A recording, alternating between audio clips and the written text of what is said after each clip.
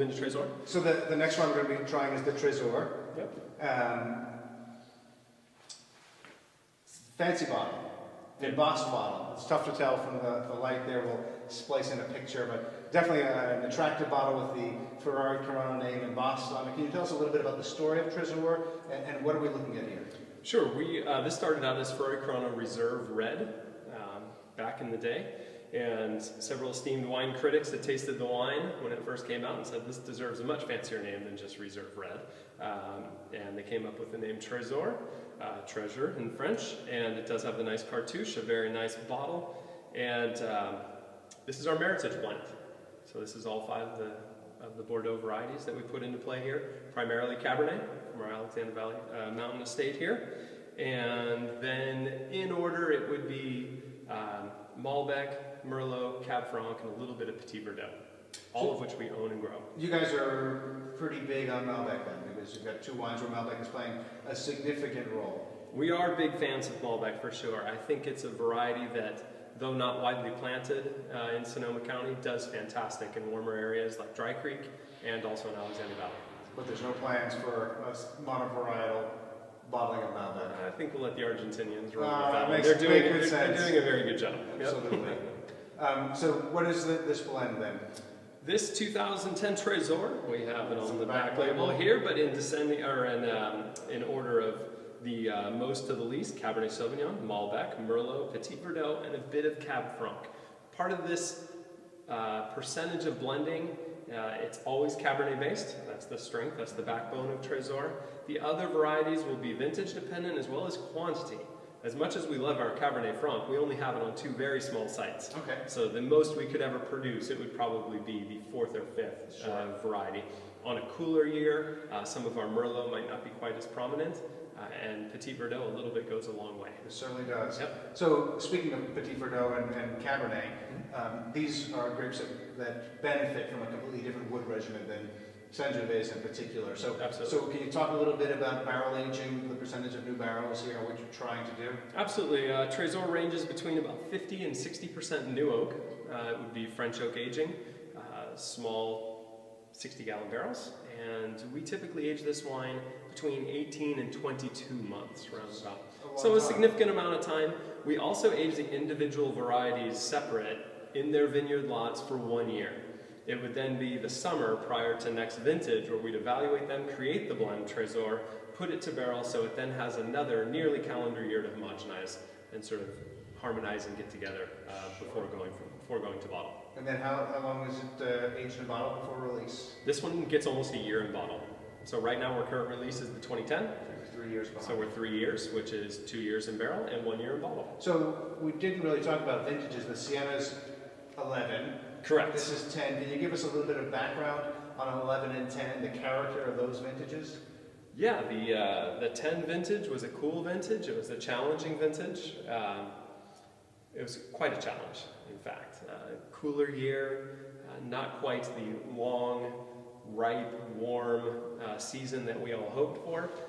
With that being said, we were dealing mostly with Tresor with mouthfeel development. We didn't have quite the full-length sort of tannin ripeness, but aromatically, its signature is still Tresor. It's a beautiful blend aromatically.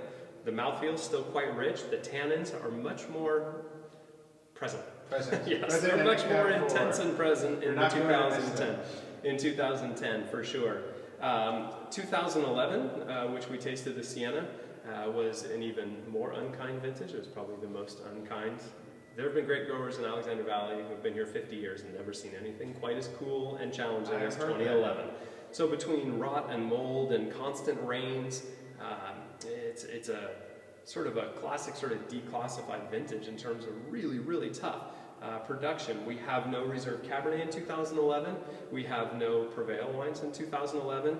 We do have a very small Tresor, which relies heavily upon, or more heavily upon, the varieties that can do okay in a cooler year, Merlot and Malbec. So a lower component of Cabernet.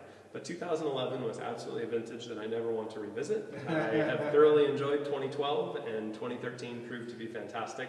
However, we learned some fantastic lessons on red wine making, extraction of tannin, and getting perceived ripeness in cool, challenging years. So What is that lesson? How do you get perceived ripeness in cool, challenging years? It's a fascinating question. It is. You're allowed 5% blending of a non-vintage, so that you take full advantage of. But what you take full advantage of is a component that's not just a specific vineyard component. It might even be a press component, or something that would be deemed so tannic and so rough and so big and overpowering that it might need a gentle egg white fining to sort of knock the edges off. We took 5% of our most extracted over-the-top component, and that filled in the edges appropriately.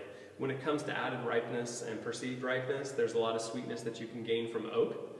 So we increased our new oak regimen to get more of that perceived caramel, vanilla, sort of milk chocolate character there as well. So anything you can take advantage of that adds a layer of depth of structure and of sweetness, we took full advantage of in 2011. Can we try this? Absolutely. I mean, it just goes to show that winemaking. There are people who practice winemaking where you put grapes in a barrel, you let them ferment, and then you walk away and come back. And then there are other people who are trying to make something better than the vintage would have offered, and using all the techniques available to them. Correct. And Ferrari Carano, one of our strengths in the marketplace, being family owned, owning our own vineyards, is consistency. We're known for being very consistent, offering great bottlings, regardless of vintage. So the bar is set high. It would be very easy just to say, sorry, we can't make any wine from that vintage, we're going to sell it off and not participate. Like I said, we learned some valuable lessons in 10 and 11. Therefore, I think the 2011 Tresor is a very substantial bottle of wine. Our sort of accumulated lessons that we learned were... They're all in here. Yeah, they came to fruition in the 2011 Tresor. But this is the 10. This is the 10. You definitely get more of an oak impression on the nose than in the Sienna. It's there, Right. Spicy and a little creamy and toasty. Mm-hmm. And this wine has a substantial amount of tannin, hits you all over the palate. It will provide pretty good ageability for sure. I think in a riper, fuller vintage, we'd have the combination of alcohol sweetness, a little higher alcohol, and we'd also have softer tannin. So you'd have a more sort of round, harmonious, viscous sort of mouthfeel. Whereas this one's a little just edgier, in a sense almost a little Bordeaux, a little... I was thinking yeah, it's a little much more intense. angular, it's drier it's surprisingly dry on the palate. Absolutely. It's when you have cool tannins up here in the mountain, and all of our Cabernet comes up at high elevation. It's sort of an all your eggs in one basket thing. So we have a very aggressive tannin profile to this wine, but I think in 7 to 10 years this wine's going to be beautiful. It's balanced already. I mean, it does have aggressive talents where you can see where it's going to go. Yeah, the normal Tresors can be poured, we pour them at a restaurant when we first go to sell them, and they can be poured right away. This not so much. This one I think people would want to enjoy in their cellar for a while. This is one for the cellar for sure. It's actually a beautiful wine. Yeah. It really is a muscular, cool, it has that cool kind of feel to it, but it's totally ripe. Unlike, say, a lot of Bordeaux, it doesn't have a lot of pyrazine, it doesn't have a lot of green element to No, it. thankfully there's not. The green is limited here to maybe a little mint or a little bit of a dried herbed or a black tea sort of characteristic, which is fine. That's signature Cabernet, Absolutely. especially from Alexander Valley.